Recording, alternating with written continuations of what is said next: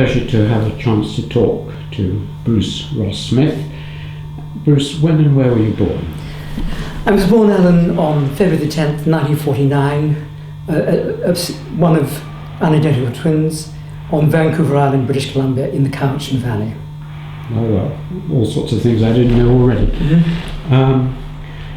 Tell me something about your ancestry, as far as back as you like to go. Yes. On my mother's side, my mother descended from a long line of Welsh clerics called Price, P-R-Y-C-E. She was born to John Roland Price and Lillian née Darlington, who came from a family of Cheshire yeoman farmers. The contrast between the families is one of physical size. The Prices were tiny, the Darlingtons were huge. So when you see photos of family weddings, you see these tiny Prices and these enormous yeoman farmers from Cheshire. But anyway, they were very happily married, and John Roland Price, my grandfather, went to Westminster School. This was a social pattern at that time, that if you wanted education and you were a Welsh-speaking family, as they were, then of course the Welsh was educated out of you. And in the case of my grandfather, he spoke no Welsh, but one of his sisters and one of his uncles stayed in Wales, and they did speak Welsh. And I think he always regretted very much that the Welshness, he couldn't make a claim to it, because he went to a prep school and went to Westminster and so on.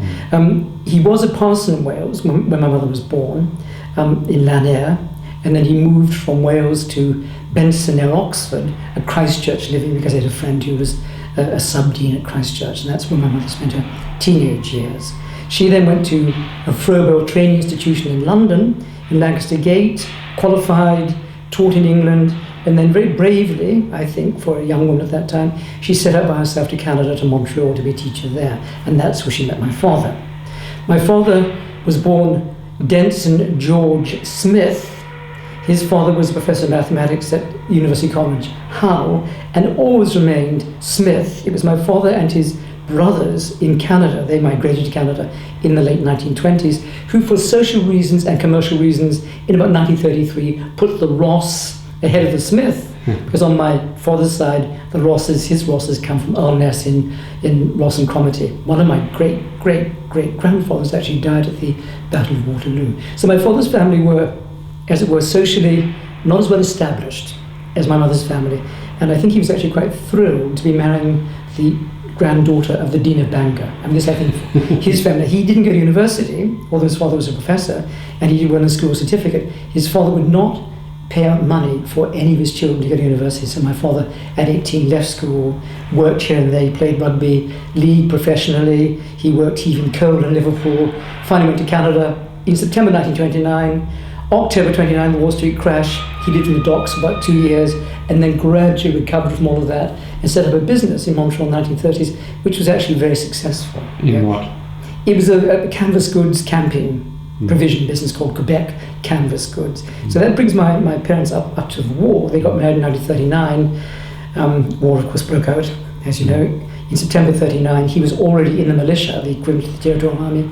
So he was immediately posted as a major in the Canadian Army, and then went in 1941 overseas, by which time my parents had one child, my sister Anne, born in 1940, and my mother was pregnant with my older brother Graham, who was born in January 42 when my father was over here. So that's how they got going in life. They got married, and then for that generation, of course, it was perfectly normal, unfortunately and tragically, that the war did interfere with a great deal, just as many of your colleagues, like Jack Goody, started university, and then along came the war, and the war, of course, is crucial to their outlook, as it was to my parents' outlook. At the end of the war, my father returned to Montreal and wanted to move to France.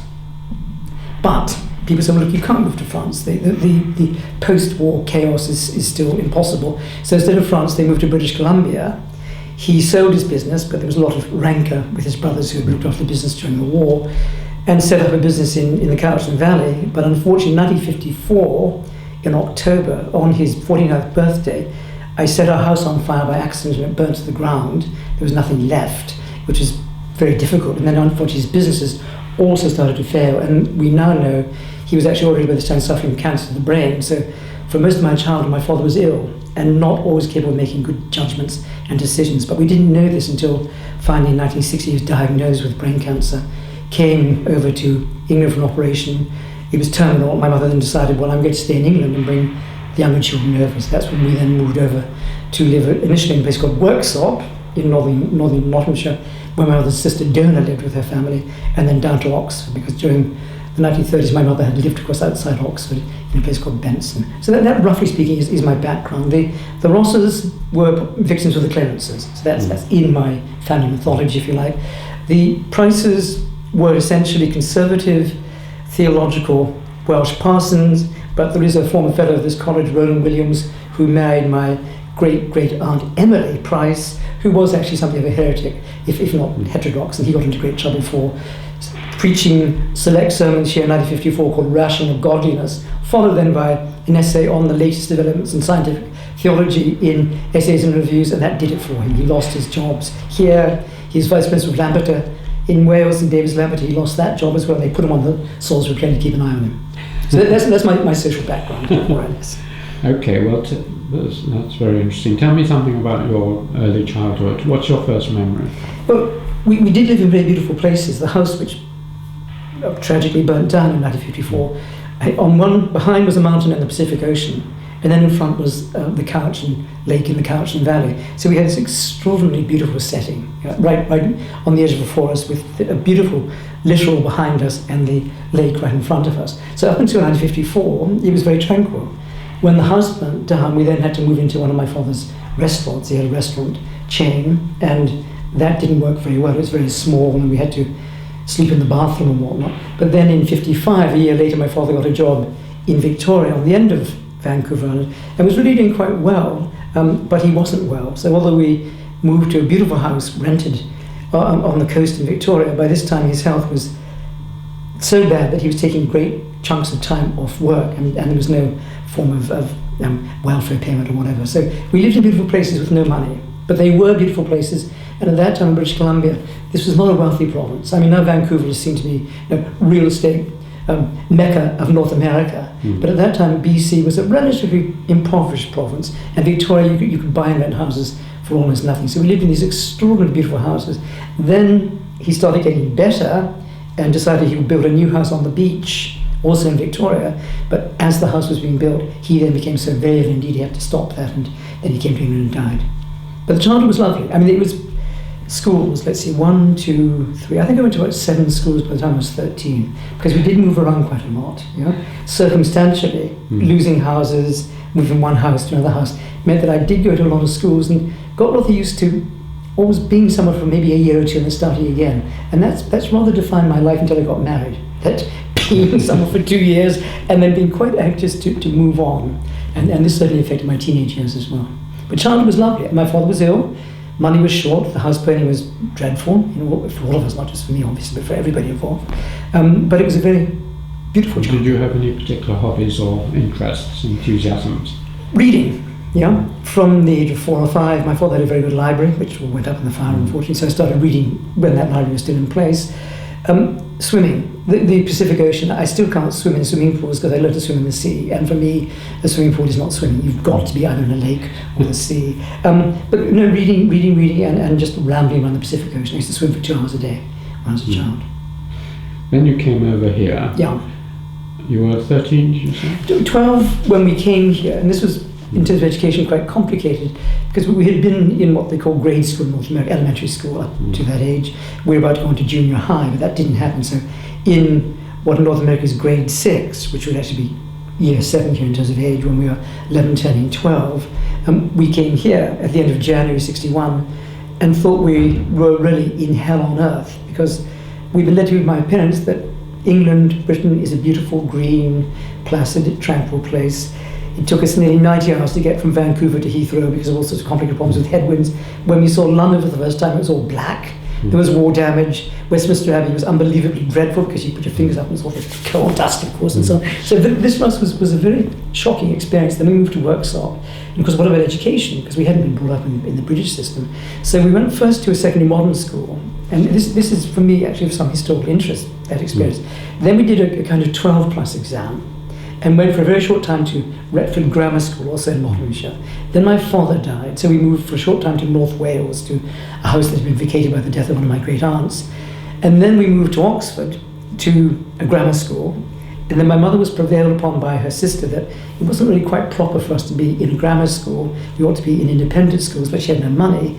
So we began my tuition as day boys at Worksop College, a Woodhouse school, and went and lived with my Aunt Dona, John Machen's mother. And then we won scholarships and became boarders. So we were at Worksop College for our secondary education. Yeah? And that was fine. We much prefer the grammar school in Oxford, which I think, no disrespect to Worksop College, it's a middle-of-the-road public school. We were having a better education at the grammar school than we got at Which grammar school was it? It was just, in those days, called Southfield Grammar School. Yeah. There were two boys' grammar schools in Oxford in those days. There was the Oxford Boys High School, T. Lawrence's old school, and then another grammar school on the other side of town. It was all part of the comprehensive system. But Worksop was fine. We had some really good moments there. Then I was really destined to go to Oxford, but didn't, because I started wandering at the age of 18, checking around Europe. I ended up living in Barcelona and then in Dea de Mallorca, and as a result I didn't come back to England for quite a number of years. I stayed in Spain working with an American artist called Bill Waldron, and through Bill I got funding to actually stay in Spain and go to lectures at the University of Barcelona and live in Mallorca. So I did that until I returned to Canada later on. So that was my education. At school, was there anything else apart from reading? Were you interested in sport or music or? Music I would like to mention. My mother didn't have enough money quite to afford. Music was extra. So we were very conscious that we were quite shabby boys. And when we came to live in Oxford, we were very conscious of all these little boys at the Dragon School, and little girls too for that matter. We weren't at the Dragon School. We lived in a middle-class suburb in Headington. We were surrounded by dragons, basically. So all of our social contacts with dragons. And we were then conscious that we were at the grammar school. When we went to Worksop College, by this time we had lost our Canadian accents and developed these rather dreadful, exaggerated home county, received pronunciation, posh accents. Well, Worksop was really a local public school, maybe a bit like Saintburg. You had a lot of boys there with northern accents, northern middle class accents, yes. But we were actually made fun of because by this time we had developed the most unbelievably dreadful English accents. The Canadian had gone completely and so on. So it took me a year or so to persuade people that yes, we're not posh boys in the South who were slumming it at this college, because they thought, well, if you went to the Dragon School, you wouldn't be going to Worksop. Not true, whether there were dragons there. But there was that sense that we'd come from a posh Southern background, and we weren't initially very much welcomed by other boys until we started making fun friends. But no, the school was good. Music I would like to have done, because I was by this time teaching myself the piano. I started composing when I was 15, 16. I wanted to be the next Olivier Messiaen, but the school didn't approve of that, so they wouldn't let me use my music. Slow down. I just repeat, when I was 13, 14, through the influence of my sister's husband, who was a student at Oxford when I was at the grammar school there, I started teaching myself music because I wanted to compose, and I had inherited a piano. I converted my mother's garage into a study bedroom. So in my study bedroom, I had my piano, and I was by this time not listening to the Beatles or the Rolling Stones. I was listening to Pierre Boulez, Olivier Messiaen, and so on. And I wanted to be a modern composer. So I went back to school and said, look, I've got this down, I've written this stuff. And they said, well, it doesn't make any sense, even you're not a musician. So they wouldn't let me, unfortunately, use the music school, because I wasn't part of that. There was very clear demarcation between what you could and could not do. So I did that from home. Were there any teachers who inspired you particularly? I think in particular my teacher of French and German, who knew Oxford, even at Keble College, and that created a kind of link, if you like. Yes, he really did move me towards literature and reading in French and German, but also English and history as well, which I did for A-level. So it was English, history, French and German for A-level. So how many years were you in Spain? Off and on 6. I first went to France and worked as a grape picker. Then I spent winters in agriculture working in southern France. Then in 69 I moved down to Barcelona. So I was there from 69 through to about 75. Then I went back again in the 1980s. And presumably therefore you speak French and Spanish and Catalan, and those languages. Yes. What was the next?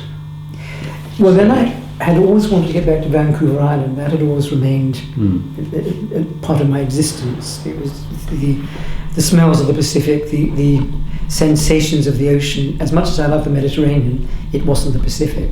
So I then decided I would go back to Canada. I managed to get some work at the University of Victoria doing some teaching, which is my hometown anyway. So I then divided my time between Victoria and Vancouver, and then I went north to live in northern British Columbia and for short time in the Arctic as well. So this was really just wandering. This was my wandering again. I was wandering, yeah. But I'd already made EP by this time, so of course I was also seeing myself as a kind of freelance, self-taught ethnographer. Very pretentiously, of course, but I was writing EP letters about Where my did the experiences. ethnography come in? You'd met at EP, right? I met EP in 1961-62, so I already knew him by then, yeah. How did you meet him? We were neighbours, yeah. We moved into a house. In Jack Straw's Lane? Yes, the EPs lived in Jack Straw's Lane. We lived just around the corner in Staunton at the top of Jack Straw's Lane. And then by coincidence, EP's twin sons, Johnny and Nicky, were at the same boarding school in Worksop. So we were neighbours plus contemporaries at school as well. So really from 62 on, I was spending a lot of my time going back and forth to EP's house to read poetry with him in the study and so on. And when I converted my mother's galleries to a study, he'd just come and knock on the door and come and talk to you. Or if people came to visit, for example, Julian Pitt Rivers came to visit, he would send Deirdre over his daughter, say, come and bring Bruce over to meet Julian. So, or they would come over to me. Yeah. So it was rather an extraordinary experience that in my teens, I was already spending a lot of time with EP, with Evans-Pritchard, but also being introduced through him to all sorts of extraordinary people. And this gave me this yearning, perhaps, to rather pretentiously see myself as a kind of amateur anthropologist. Well, at some point we've got to get your assessment of him as a man. Yes, indeed. So perhaps the first meeting or the early years and the first encounter, there were depths within depths. How would you describe him? We knew him first by reputation, and I mean by that by local middle-class social reputation. There were some people in the neighbourhood who really didn't approve of him particularly. You know, this has to be put into quite a delicate context. His wife Irma had died in September 1959. He was a single parent, as we call it today, with 5 children. She had committed suicide. She suffered acute postnatal depression, and there were. He was a Catholic. He was a Catholic, and some people were quite alarmed by him in various ways. I think quite unfairly, but he could on occasion be a bit brusque. He could certainly on occasion tease people locally. So when I first saw him, which was in April 1961, I was told by a neighbour, "Be careful, that's Evans-Pritchard." I said, "Well, yes, you know, I was 12 at the time. I didn't know who Evans-Pritchard was." So I went down to Blackwell's bookshop and got a hold of a copy of the Newer and the Witchcraft book and took them home and started reading them with mixed comprehension and so on. And then, well, this is an extraordinary man. And then we got to know the twin sons, of course, because my twin brother and I were at school with them. And then, rather as one does with neighbours who become very close friends, we were in and out of each other's houses. And my mother, of course, had to make a living. My father died leaving very little money. So she was teaching by this time at the Dragon School, in the baby school, Mar Barrett.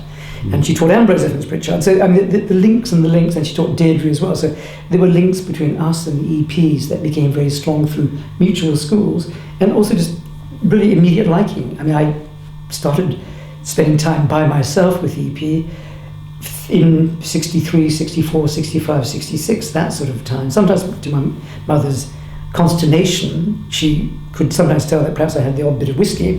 When I was reading poetry with them, I did say, yes, I had the odd bit of whiskey, but it was no more than that, and so on. And she understood that. But no, my first impressions were that he was very easy to meet. And I think you commented that he flattered you by his willingness to talk about things. So there was at the age of 13, 14, he was talking about things I really could not have any knowledge of. But that didn't worry him. So if he talked about Malinowski or he talked about Radcliffe Brown, he just assumed I knew who these people were. Well, I didn't, but I soon found out. So if he said Malinowski, it didn't take me a minute to go off and research Malinowski. Radcliffe Brown, the same thing. So I was able then, of course, to begin to talk to him, not intellectually as such, but certainly a kind of social, friendly chit-chat, and of course gossip as well, which he greatly enjoyed. So my assessment to begin with was that he was actually a very approachable, very friendly person. Now, people say, well, you were only 13, and he was what, at this time, 61 or 62 or 63, and it didn't matter. There was no sense of age difference whatsoever. When I was in the study in the house in Jack Straw's Lane, reading poetry with EP, usually me reciting to him to me, there was no question of age difference whatsoever. But some people didn't always understand that, so that did lead to some of the less than generous gossip in the neighbourhood and so on, which I just totally ignored. Yeah. So my first impressions, certainly of a person who was very generous and kind and willing to actually listen. One of my first encounters with EP, I was I was making conversation with him in the street, and I noticed that he was looking at me very intently. Yeah?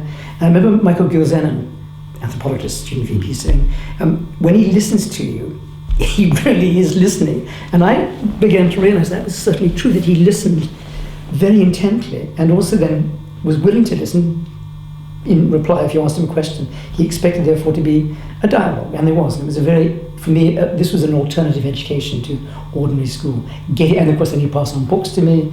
When new editions came out of, let's say, the Newer, he'd bring the paperback over. When Theories of Primitive Religion came out, he'd come over and give me a copy. So I was getting his books as they came out, which was quite remarkable. Anytime International Souls and so on, yeah. I mean, some people, including myself, think he's probably the greatest British anthropologist of the 20th century. But it's difficult to pin down what it is that makes him so great and continues to be read after all the others are forgotten.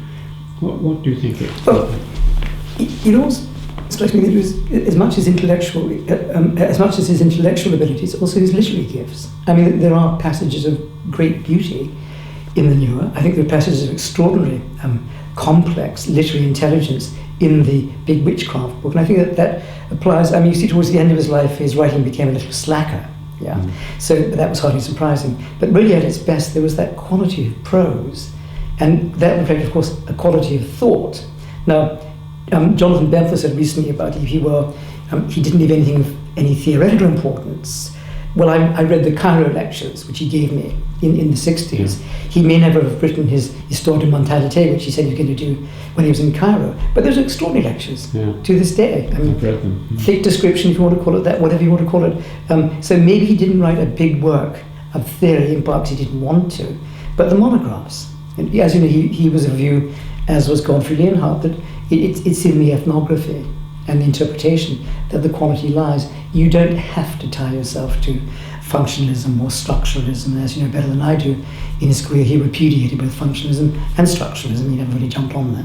But he was very pleased when Levi-Strauss contributed to Beidelman's Festschrift. He didn't think Levi-Strauss had in the least bit of interest, and I've passed on to you a postcard from Levi-Strauss written at E.P.'s last Christmas, 1972, when E.P. had written to Levi-Strauss, and Levi-Strauss wrote back. So he didn't want theory to get in the way of clarity, and didn't want theory therefore to be the starting point. The starting point was rather like meeting someone on the street. It was chat, and I'm sure when he began his field work, once he was able to communicate effectively, a lot of chat, a great deal of chat, and Zandi Kings and Princes, meeting people, with the newer children, talking to them. That's what he did all his life. That's what he did with me and many other people. Whatever your social background, I don't think E.P. was in the least bit snobbish. He was accused of that from time to time.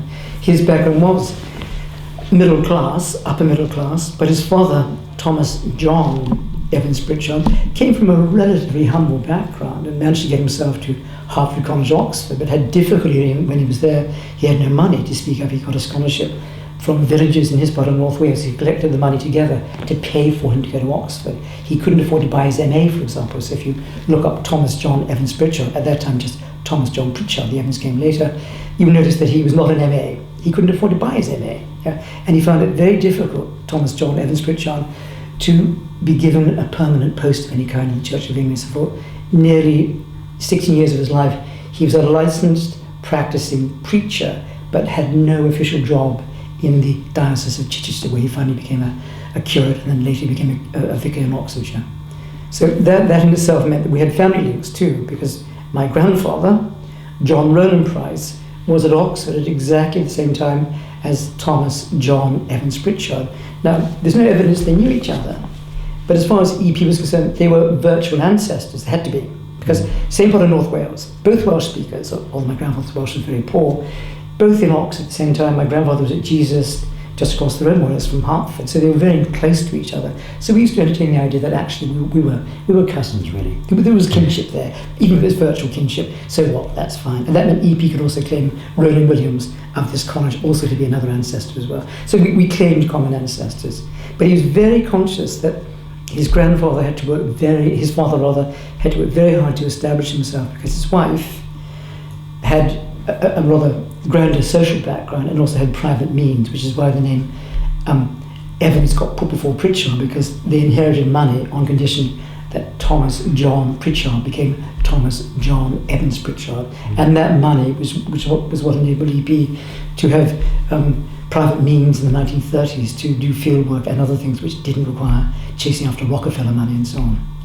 So that was another link. The Welsh link was very strong. My name is Bruce Ross Smith. My father's family are Anglo-Scottish. My mother's family are Anglo-Welsh, and that was a very strong link with EP, a very consciousness of the Welsh background.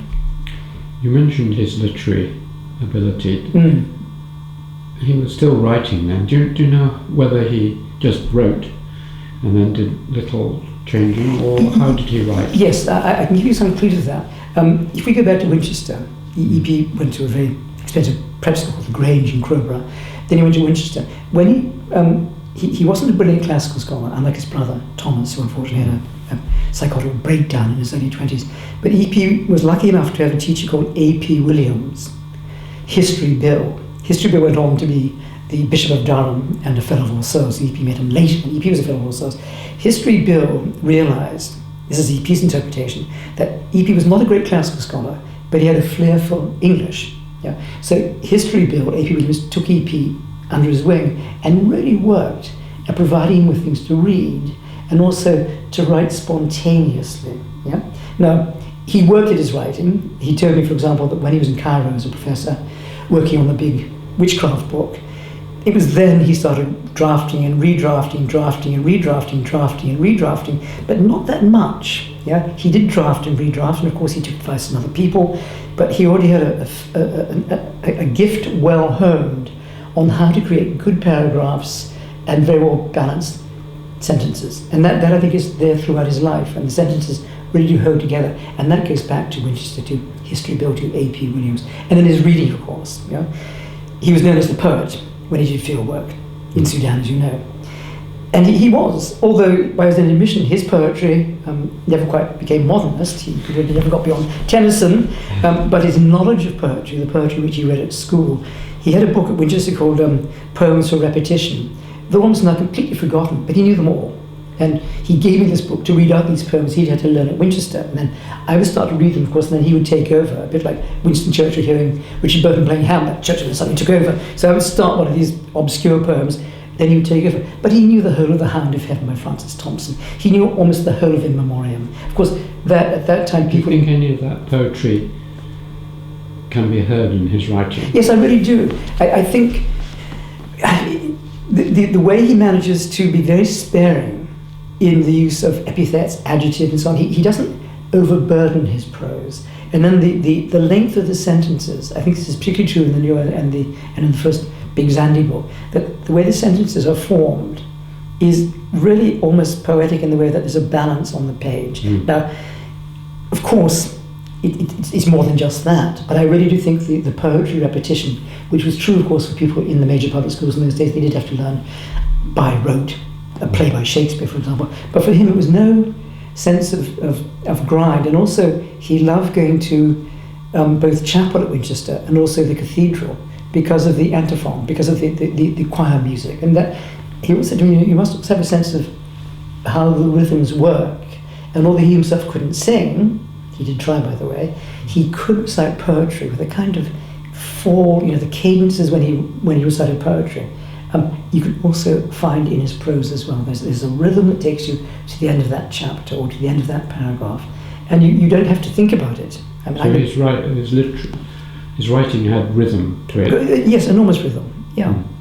But when I say rhythm, it's a bit like Hopkins' sprung rhythm. There's a depth to the sentences, and then of course it gives you a sense of meaning well beyond the intellectual, and that's what I find in the new one in particular, that there are some chapters that I would say are distinctly poetic. In no way does it make it any less a masterpiece of, if you like, conventional functionism of the time, with the godliness. It's much more than that. But there is in the writing stuff that you don't find in his contemporaries. And really don't find in Miles Forte's Web of the Eternity. I've read a great deal of work by his contemporaries. Don't find it in Edmund Leach. You really don't get that kind of quality of prose, which I think comes from Winchester and also from his mother. Geertz is about the only one who might claim to write well. Who? Clifford Geertz. Oh, Geertz, yes. But of course, Geertz wrote that, as you know, quite notorious little thing on EP's memoirs of his time with the Gala in the war, which made rather fun. Yes, he was silly about him, but some of his writing. He's a fine writer. Another question about EP is his Catholicism. It's always puzzled me that someone who was in some senses a Durkheimian, in other words, thought of religion as he'd seen it among the Nuer as a sort of reflection of the social structure, and in time and space and other essays had shown the relation between political relations and cosmologies, and yet could give his agreement to a cosmology which in other places he'd seen through. Yes. Now, again, maybe if we can get back to school to start. When he was at Winchester, he was confirmed in the conventional Anglo-Catholic tradition of a public school boy. He then, by his own admission in terms of organised religion, lapsed after school. And also, of course, even when he became a Catholic, he was not a mass-going, church-going Catholic particularly. But for whatever reason, when he started doing fieldwork, he told me, for example, when he was with his Zambia to begin with in the 1920s, when he was working on what would become his PhD, for whatever reason, he said, then he started thinking again about the religion he'd left behind. Not for theoretical reasons, but for purely personal, emotional reasons. He said God had become present to him again when he started doing fieldwork. Now, he never wrote about this, as far as I know. His memoirs of fieldwork certainly doesn't mention that, but he always took a Bible with him. I mean, when he went to the Zambia, I think he took Lowe's Primitive Knowledge and a Bible. In his memoir of doing fieldwork, he mentions the Lowe, but not the Bible. And of course, he knew the Bible back to front. He could quote great chunks of the Bible and so on, as he could poetry. So again, the rhythm of the King James Version was in his blood, as it were. And of course, we know when it came to newer religion, he used a lot of Christian cosmology and so on. But I think it was actually always with him. Now, when his mother was living as a widow after his father had died down in Pevsney, he then did say to her in the mid-1930s that I'm thinking of becoming a Roman Catholic. So this was well before 1944 when he finally converted in Benghazi. He did twice try to enter the Catholic Church, but he couldn't meet the conditions that were set out to him. He said, well, I really can't accept that as being part of what I have to do or believe. So it was the third time when he was actually in the war, September 29th, 1944, when finally he was received into the church in Benghazi. And he always used to say, well, they just let me in because it was the war. This was not entirely true, but he always felt in some ways that allowed him in because he didn't have any being a stickler for doctrine. However, to come back to your question, how did this marry with his anthropological work? Not overtly, but I think covertly, again, in the quality of the way he saw the world and the way he thought. And I think it did make him deeply suspicious of theory. So when he repudiated functionalism, when he wouldn't really take up Needham and Levi-Strauss's structuralism, I think he always thought that there's something here that's imposing a willed idea of thinking on a world which is not willed in that way. So in the end, his final comment about a lecture he gave to University of Durham in 1971, when he some aspects of mysticism, is that he said to Miles Fortin, "This is my inner world. These poems I put down and talked about in that lecture, not just English but also translation from the Arabic." And of course, after the war, he himself translated a number of poems from the Arabic and wrote a very striking poem called "The 100 Names of God," which was published both in Arabic and in English. This was just 2 years after he converted. So I think it was actually always there, but it didn't impinge upon his work in the 20s and 30s.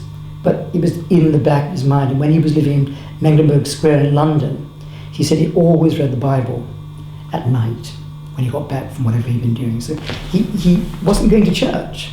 And it must be borne in mind that even once he became a Catholic, apart from occasional visits to Blackfriars in Oxford, he didn't go to his local parish church. Tolkien, who lived around the corner from EP and who was a cradle Catholic, tried to persuade him to come and support our new Catholic church, which was built in 1959 just around the corner from the yard. He never went near the place. He had a deep mistrust of clerics. I think so. I think his anarchy, his anarchy would not allow him to become, if you like, a church-going Catholic.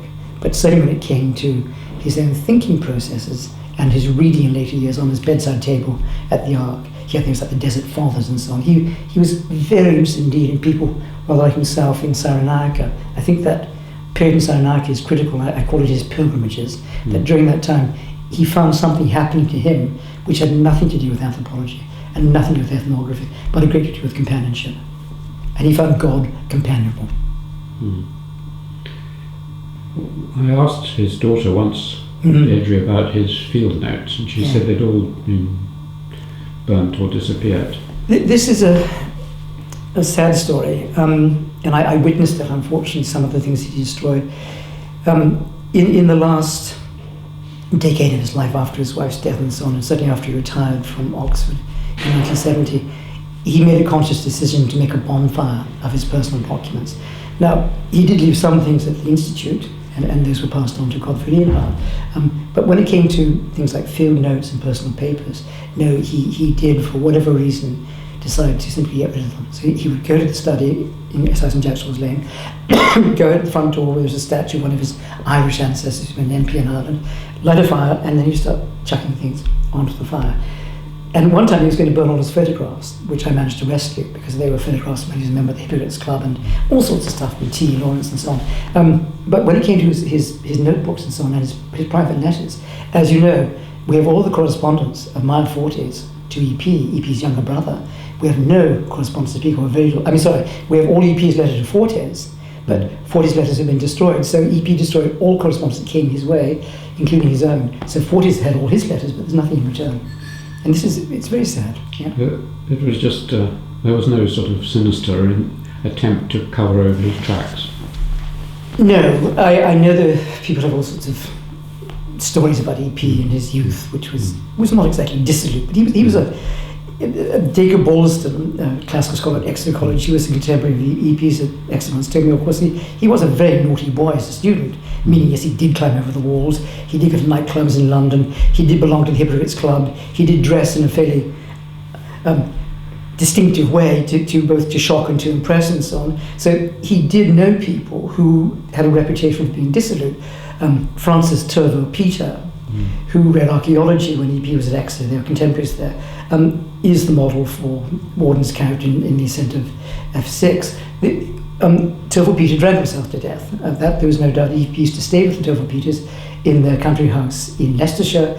They were an old Roman Catholic family. So bear that in mind, that here in the 1920s, when EP was a student, a number of his friends, there was Billy Onslow, later the Earl of Wicklow, another cradle Catholic, a member of the Hypocrites Club, Francois Turville Peter, a cradle Catholic, close friend of EP's and so on. So he was mixing with people for whom Catholicism was part of their upbringing and their daily life. But I don't think that in itself was necessarily evidence that he was wildly dissolute. But there are stories that people have put about. Did you see any of his field notes? He did. I mean, this is, again, I wish I rescued them. He didn't start the burning process until about 1970, after he retired from the Institute. Yeah? And then in the autumn of that year, he started burning things. So before then, he had actually did two things. One, he gave me his PhD thesis to read, which was very interesting because the prose style got so much better after that. He also gave me the notes he'd been making, some of his notebooks, which he had in a number of drawers in his study. So I was able to read them, but at that time I didn't think I was in a position really to make a judgment about them. But they were. It was very interesting to look at his notes from Zandi fieldwork and then look at the PhD thesis, which was actually quite a short thesis, about 30,000 words long, very short. So I did have a chance in my converted bedroom study to look both at the PhD thesis and some of the fieldwork notes, but I made no notes about it. In other words, I read them through. Were they detailed? Very detailed. The quality of his observation, but also participation. I mean, we have to talk about participation and observation, I don't think, but he was very meticulous in recording things, yeah? And he was very good actually at drawing maps as well. I think the American anthropologist who wrote the book Neuro Dilemmas was amazed at the quality of the maps and things that EP produced in the Neuro trilogy, because he said he was only there for such a short time. How did he find time? He was very meticulous about getting things down on paper. And he kept fieldwork diaries? He kept fieldwork diaries, yeah. And they were detailed too? Very detailed. I mean, we're talking now of hundreds and hundreds of pages that he burned, unfortunately. Now, he did say, I did ask him about this. I said, well, why not just leave them at the Institute? They will be of interest. He said, well, they've got my books. I've published, I've got a big bibliography, which is true, it's a huge bibliography. That's all available to people. I don't see why I should necessarily now leave anything else behind. So well, yeah, but there will be people who will want to write about you. He said, well, no, I mean, yes. I don't see why that should be the case at all.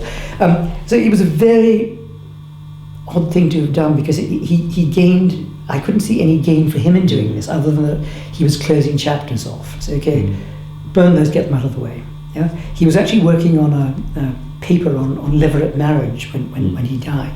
So he was still writing to people. He was writing to the Hebrew scholar Aubrey Johnson when he died, that morning when he died in his bath. And I wrote back to Aubrey Johnson, who I said, I'm sorry, E.P.'s died. He wanted to know. So he was still collecting information and still publishing bits and pieces based upon his ethnography. Yeah? If you look at his bibliography, over the last 10 years, there are still odd bits and pieces on Zandi place names or whatever it happened to be.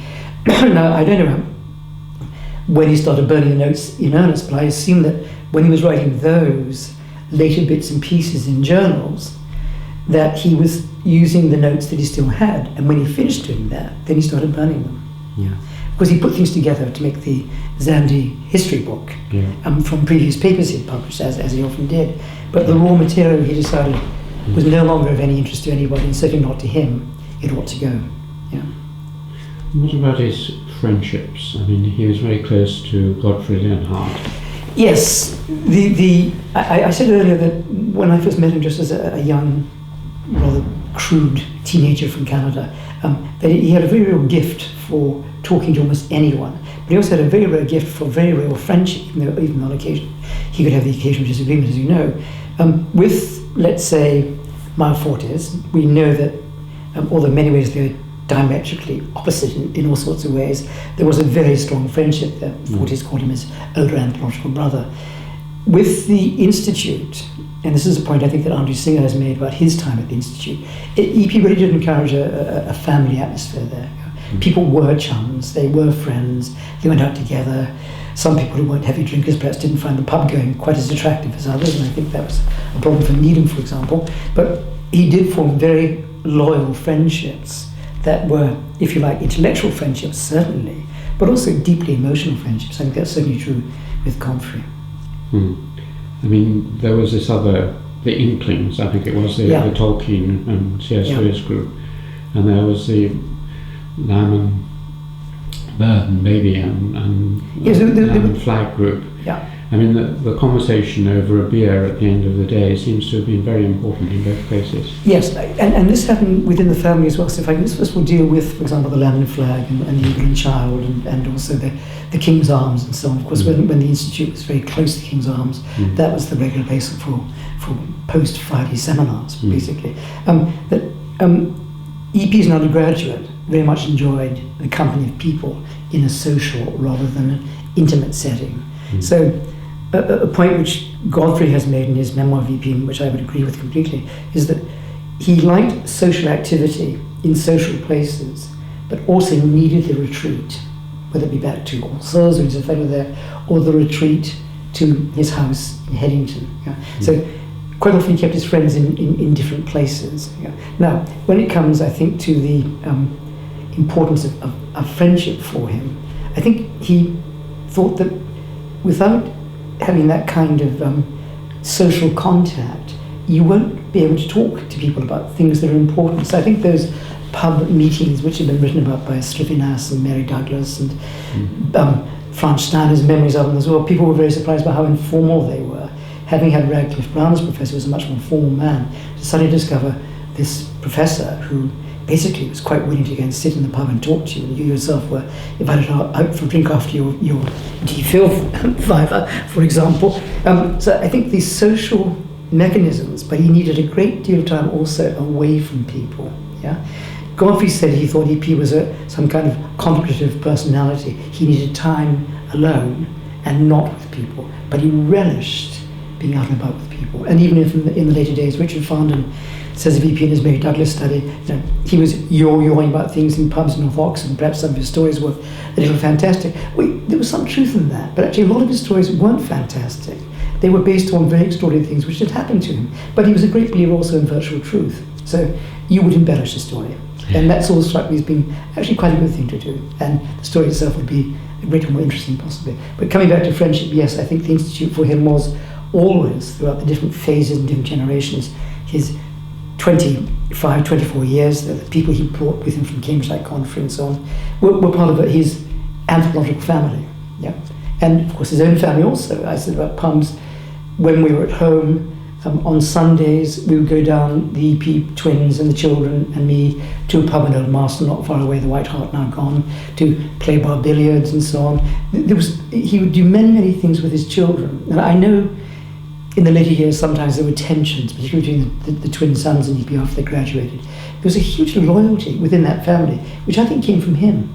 You know, he could be difficult at times, and he wasn't always well in his last years. He did certainly drink more than was good for him, but he had an extraordinary constitution. I mean, I would put him to bed some nights and I thought he would never walk again. And then at 4 o'clock in the morning when I was leaving the house, I'd hear his typewriter.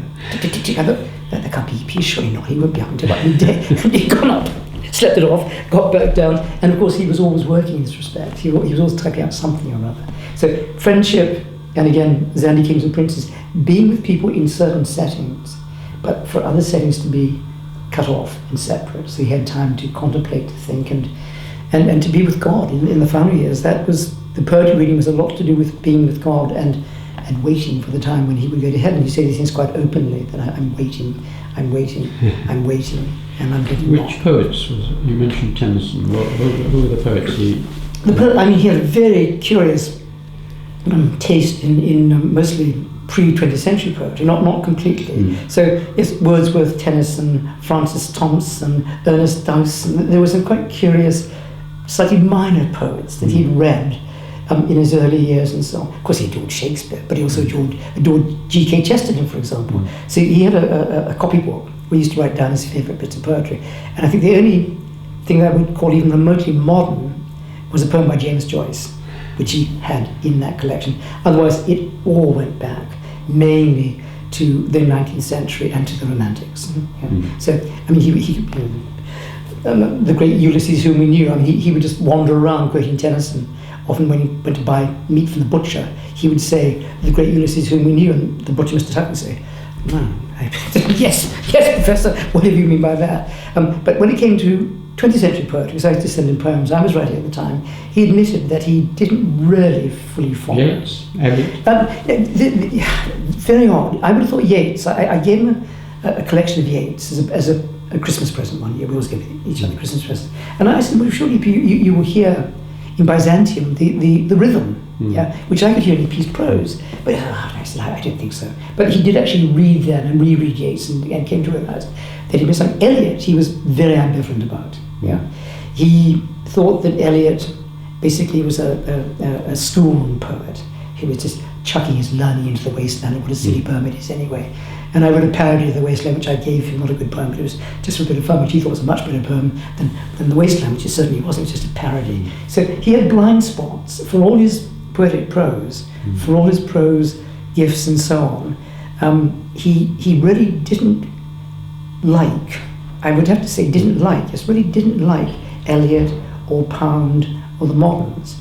Now, in 1966, I gave him as a Christmas present, 1968, a copy of translations by the French poet Yves Bonnefoy, who had been translated by Anthony Rudolph, and he did love those poems. Well, look, if you like Bonnefoy, you will surely reconsider some of his English contemporaries, but he really cut off at about 1900. He knew the poetry he loved very well, and by repetition, by saying it again and again, it became part of the air he breathed. He didn't really want to embark upon digging into Eliot, for example. Was it the same with music? Did he know? His musical interests were he would admit himself, quite slight. They were mainly church music from his time at Winchester and from his time at Oxford. He didn't play a musical instrument himself, and he didn't, to my knowledge, listen to music at all. So it was very largely part of his educational background. Interesting. One other friend or acquaintance who come up in the folklore is T. Lawrence. There's that famous photograph, supposedly, of the two together. This is one that has not been established completely. EP knew Arnold Lawrence, T.'s younger brother, very well. Arnold was just a year older than EP when they were at Oxford, so he knew Arnold. We know the photographs of the Hypocrites Club describe Anthony Poe in his memoirs, for example, of EP dressed in full Arab garb and so on. We also know there's a photograph of Arnold Lawrence and EP together, dressed in Arab garb, in Bedouin garb and so on. The photograph with T.E., now there's no doubt that EP met T.E. in the 1920s, that we know for sure, through Arnold for a start, because T.E. was writing 7 Pillars of Wisdom, just as EP was finishing Oxford, about to come up to the NSE. The friendship, I'm not sure about. I'm not sure how much time they actually spent together. EP was always very unwilling to say much about Lawrence, but it did come up in the 1930s, because in 1940, when he was with the Gala, with his guerrilla warfare, which had a profound impact on him, because he did actually kill people during that campaign. A reporter from the Daily Express reported on EP, he called him a social biologist, as the new Lawrence of Arabia. So somewhere, EP probably destroyed the cutting, I suspect, but he used to have this cutting in the study of the art, of this account of EP with his Gala tribesmen in 1940 as a new Lawrence of Arabia. I have no real idea, because he wouldn't really talk about Lawrence very much, and when he did, he tended to make fun of him rather than take him too seriously. But there was something there about which we know very, very little. Certainly Arnold Lawrence and EP were the best of friends, but whether there was much between EP and TE, I don't know. We've devoted much of this shortish interview to the great EP, so we've got a few minutes left. What happened to you after Spain and... Okay. After Spain, Canada, for most of the 70s, and again I was working at the University of Victoria and UBC doing obviously teaching. By this time I was writing full time, but not making much of a living, so I was writing and writing and writing and writing. What were you writing? Oh, novels and plays and poems and so on. I was publishing poetry in West Coast journals and so on. The novels I didn't publish, I just put them in boxes in my brother's attic and used permanently in Canada. Then I used to do summer schools here in fact. I used to come back to England to teach on summer schools here at Wesley House. They were EFL summer schools and so on. And one summer, it's 1978, my mother became really rather ill, so I said, well, all right, I'll go back to Canada for a very short time and then come back and see how you are. I went back to Canada. I then became engaged to a Canadian artist called Heather Cragg. I came back to England. My mother really wasn't well by this time. Heather came to join us in March 1980, and on her way to my mother's house one night, she was killed on the road in Oxford in a road accident on March the 11th, 1980, 6 days after her 27th birthday. So that was a great shock for me, and I really didn't want to go back to Canada at that stage. Heather had been educated both in Canada and also at Ruskin College, Oxford. She had a great deal of work here in England, which she had done both as a student and for years after when she still lived here. So I took it upon myself then to dedicate myself to putting all her English work together in an exhibition at Ruskin and Oxford, and make sure all her work was then returned to her parents in Victoria. And that took about 2 years altogether of indexing, cataloguing, and then finally I was brave enough to return to Canada to see her parents, because that was my great shock. I thought, well, what am I going to say to them? I may have not seen the daughter. I'd seen her, I had to identify her and so on. This extraordinarily gifted young artist. And that was the end of her life, but there is a Heather Cragg Memorial Fund which pays for young British Columbia artists to come and work abroad. So the early 1980s were much taken up with Heather and also writing about Heather. I've written a book about it which I haven't yet published, but I will publish that book. I must publish it. It's a full study of her work. Now, she was only 27, but she'd already produced nearly 450 works by that time. She was very prolific, started as a teenager, just naturally very, very gifted. Yeah. So that was the early 80s. Now then my mother's health started to deteriorate, so I came back to live in Oxford anyway after I stayed in Oxford. And then just by coincidence, I was offered a job in Israel. I had some friends called Bloch, and the Bloch's father, Rudy Bloch, was a retired chemist living in Israel who'd written a huge work on salt, but it wasn't finished.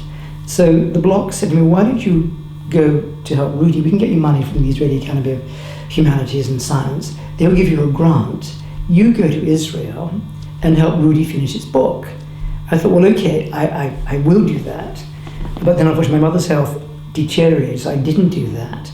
And then, for reasons that are quite complicated, I then had to return to Canada to deal with Heather's affairs. And by this time I was teaching freelance in Oxford. I was teaching at Lineker for a while with people doing MSTs and some of the friends of mine. And then I met my current wife a few years after that. But meanwhile I went to live in Greece and I went to live in Sicily, really to go somewhere else completely different. My 2-year habit of moving on from childhood has been with me all my life until I got married. So 2 years I'll be off somewhere. So I went back to Canada, came back to Britain, went to Sicily, and went to Greece, went to Crete, and wandered around the Mediterranean, back to Spain, finally back to England, where I met my wife, and we got married. Yeah. Your wife's name is? Is Sally. Yeah. So we met in the mid-1980s, got married in 1987. She was my boss at one time. She's a German scholar by background. And we have 4 children. The eldest is 25. He's a computer scientist. He's a software engineer, paid vast and huge sums of money for working for a Palo Alto company, but Palo Alto is based here in London. He was at Keble College, Oxford. Second son, Tom, was here in this college from King's from 2011 to 2014. Got a double first in theology and religious studies. And my daughter Eleanor, who's 18, just gone to do philosophy at Sheffield. And then we have a young one, Gabriel, who's 13, who's still at home. So for these 28 years, I've been settled. I've not been off every 2 years, dashing about. But now that I'm semi-retired, I have all those boxes of manuscripts in the house to have a look at and put into shape. Yeah. So this has caught you at a very good moment, and you're just changing to... I'm beginning now to see I've got time to... You know how you can use time as an excuse for not doing things. We all do that, and it's not just procrastination. In my case, it's even worse than procrastination. I now have time. And also, I have nearly 300 poems about EP and the EP family, which I'd quite like to put into a collection. 300 poems? 300 poems. I used to write lots of poems for EP, and for his children, for Deirdre, for Ambrose. I wrote poems for their 21st birthday parties and things like that. I'd like to bring out a collection called The Ark. The Ark was the name of the house in Japshal's Lane, A-R-K. I'd love to bring out a collection, so I'm really thinking very seriously that given, as I explained earlier, I do have a publisher who's interested. I would like that actually to be my first collection with a long introduction in which I can talk about EP as well, and about the poetry of his prose, That for me would be a very satisfying thing, to bring out those poems in a collection for the EP family, whom I still see regularly and love and adore. I would love to be able to do that now, and there's no reason why I shouldn't, because I now have the time. You've got plenty of time. I've got plenty of time. So it's going to be my EP volume for EP in his life, but also, of course, my continuing friendship with his children. I'm godson to one of his godchildren, and so on and so on. Well, that seems a very appropriate moment to end, and wish you a great writing retirement, as I've enjoyed. So thank you very much. Well, thank you. It's been a great pleasure being here.